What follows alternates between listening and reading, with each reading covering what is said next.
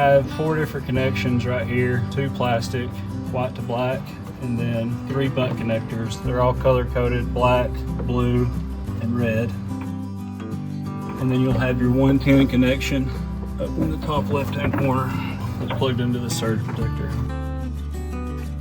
After that, you'll disconnect your 2 water points, so you want to make sure it's completely drained. You may want to have a bowl for any little spillover, but if it spills in the bottom of this, it's not going to affect anything. But if it's inside, you may want to catch the water. You have 2 cotter pins on your cam locks that you'll remove, and then they just flip open and pull away. At this point, you can remove your chiller.